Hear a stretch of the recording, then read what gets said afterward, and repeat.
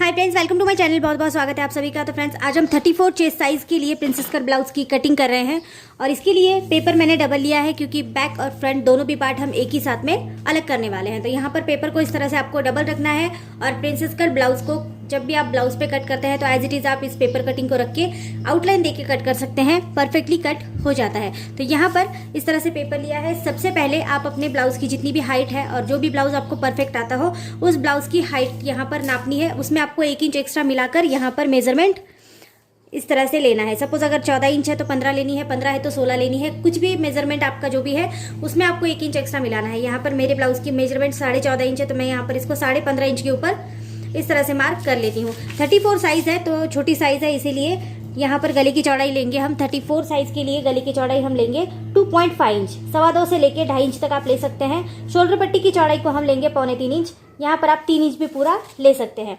अब यहाँ पर आर्मोल जो है वो हम लेंगे 6 इंच का और इस तरह से आर्मोल का निशान आपको लगा देना है। यहाँ पर हम फ्रंट ओपन का ब्लाउज कट कर रहे हैं, इसीलिए इसकी कटिंग थोड़ी अलग है। बैक ओपन के ब्लाउज की कटिंग थोड़ी सी अलग हो जाती है। 34 का आपको 4th भाग लेना है, चौथा हिस्सा।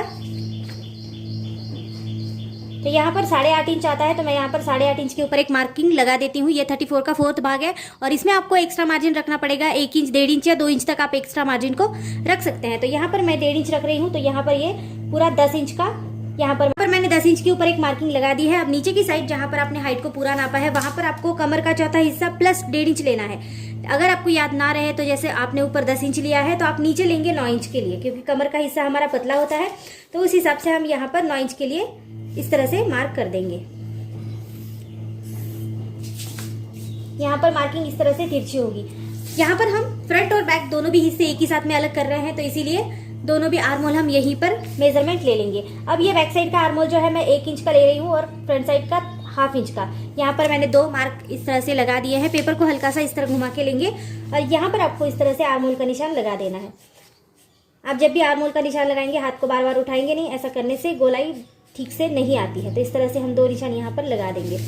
तो दोनों भी बैक फ्रंट पार्ट के हमने यहाँ पर निशान लगा दिए हैं।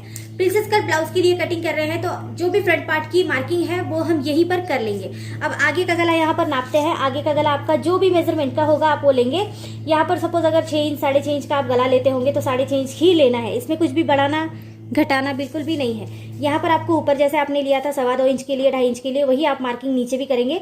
तो यहाँ पर मैंने 2.5 इंच के लिए लिया था तो मैंने यहाँ पर इस तरह से मार्किंग कर दी है। अब यहाँ पर इस मार्किंग को जोड़ लेते हैं। अब आपको इसको 1 इंच अंदर नापते हुए गोलाई लगानी है। आप कोई भी गले का शेप दे सकते हैं। ये टोटली आपके ऊपर डिपेंड करता है कि आप कौन सा शेप देने वाले हैं। अगर आप पान गला पसंद करते हैं तो पान गला दीजिए, पंचकोनी गला, किसी भी तरह के गले की मार्किंग आप यहाँ पर कर सकते हैं। अब जैसे मैंने गोल गला यहाँ पर लगा दिया। अब ये प्रिंसेस कट ब्लाउज है तो यहाँ पर सबसे पहले आपको इस वाले हिस्से का, मतलब कि यहाँ पर अगर आपने 3 इंच लिया है तो इस वाले हिस्से को आप जो है यहाँ पर मार्किंग करेंगे बिल्कुल सेंटर पॉइंट के ऊपर। ठीक है, वही आप यहाँ तक ले सकते हैं इसका टक्स। ये देखिए इस तरह से टेप रखेंगे बिल्कुल सीधा।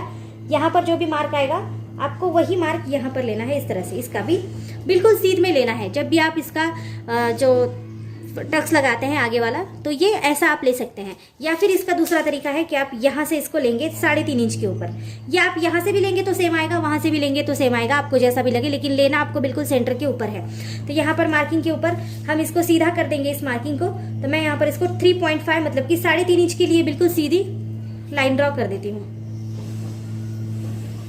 3.5 इंच ये जो मार्किंग मैंने यहाँ पर ली है ये 3.5 इंच के लिए ली है और यहाँ जो है ये 3.5 इंच के लिए। ठीक है, ये अलग अलग मेजरमेंट भी हो सकता है। ये टोटली आपके साइज के ऊपर हमने इस तरह से मार्किंग ली है। अब आर्मोल की साइड से हम 1/2 इंच के लिए यहाँ पर मार्क कर देंगे और आपको यहाँ पर प्रिंसेस कट का जो निशान है, जो हमारी कटोरी का निशान है वो लगाना है। तो कुछ इस तरह से आपका ये वाला निशान यहाँ पर लग जाएगा।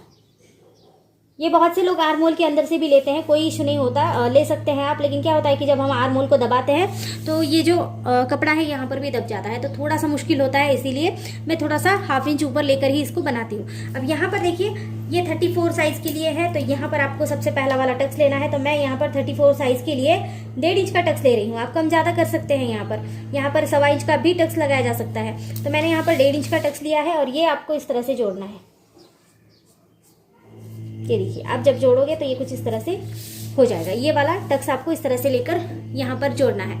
अब जब हम इसकी कटिंग करेंगे तो ये 1.5 इंच का मार्जिन जो है यहाँ से कट हो जाएगा और कम हो जाएगा। अब यही मार्जिन आपको यहाँ पर लेना है, ये बात आपको याद रखनी है। आप जितना भी मार्जिन यहाँ पर कट करोगे, जितना भी सपोज अगर आप 40 साइज के लिए 42 साइज के लिए बना रहे हैं तो यही मार्जिन होगा आपका 2 इंच, 2.25 इंच, इस तरह से। तो वही मार्जिन आपको यहाँ पर लेना है। आप किसी भी साइज के लिए ब्लाउज बनाइए, यहाँ पर भी आपको 1/2 इंच या 1 इंच तक मार्जिन रखना है, क्योंकि इसके अंदर भी ये फोल्ड हो जाएगा। यहाँ पर आप जब कटोरी बनाओगे तो यहाँ पर भी सिलाई में फोल्ड होगा, तो यही मार्जिन आपको आगे भी रखने के चलना है, जिससे कि आपका ब्लाउज कम ना हो। और अब ये मार्किंग आप इस तरह से जोड़ देंगे। इसमें यही एक इम्पॉर्टेंट पॉइंट है। अब सबसे ज्यादा इम्पोर्टेंट ये भी है, अगर आपको गला उतरने का प्रॉब्लम है, कंधे से नीचे बहुत ज्यादा उतर जाता है, तो यहाँ से आप 1/2 इंच के लिए मार्क करेंगे और इसको यहाँ से इस तरह से तिरछा जोड़ लेंगे।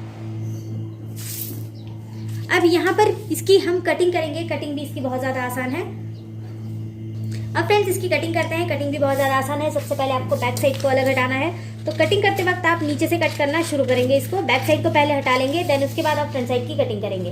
बैक साइड में हमें कुछ भी नहीं करना होता है, तो बैक साइड को अलग रखेंगे। बैक साइड का जो भी आर्म होल आपने बनाया होगा, आर्म होल को एज इट इज कट कर लीजिए इस तरह से। और यहाँ पर हमने गले को डाउन दिया था, तो अच्छे से इसको भी कट कर लेना है। अब देखो इतना कट करने के बाद आपको, तो आर्म होल को कट करने के बाद आगे का जो भी आपका गला होगा, तो गले को भी अच्छे से कटिंग करेंगे। जो भी आपने शेप बनाया होगा आप उस शेप में इसको कट करेंगे। अब आपको करना है कटोरी का पार्ट कट। तो यहाँ से जैसे हमने सीधा लगाया था, इसको सिलाई इस तरह से आप कट करेंगे। इसको सीधा बिल्कुल लाइन को कट करेंगे। देन उसके बाद आपने जो भी इसको मार्क लगाया है, जो भी शेप में लगाया है, वो हम कट करेंगे। तो ये देखो इस तरह से इसकी कटिंग हो गई है। बहुत ज़्यादा आसान कटिंग है। और ये हमने जो मार्किंग था ये भी यहाँ पर लिया है, तो कपड़ा आपको बिल्कुल भी ब्लाउज में कम नहीं होगा। अब स्लीव्स की कटिंग जो है आप मेरे वीडियोस में जाकर देख सकते हैं। आपको जिस भी पर्टिकुलर साइज के लिए कटिंग चाहिए स्लीव्स की, तो मैंने परफेक्टली वहाँ पर आपको बताया है कि आप स्लीव्स की आसानी से कटिंग कैसे करेंगे। और साथ ही में मैंने अलग अलग पैटर्न्स में उसको अपलोड किया है। अलग अलग बहुत ईजी से पैटर्न मैंने बनाए हैं, तो वो भी आप देख सकते हैं। तो अगर वीडियोस आपको पसंद आती है तो चैनल को लाइक शेयर सब्सक्राइब जरूर कर देना। आज हमने 34 चेस्ट साइज के लिए प्रिंसेस कट ब्लाउज की कटिंग करी है। तो अगर वीडियो पसंद आती है तो सपोर्ट जरूर कर देना। So thank you friends video को पूरा देखने के लिए। Thank you so much.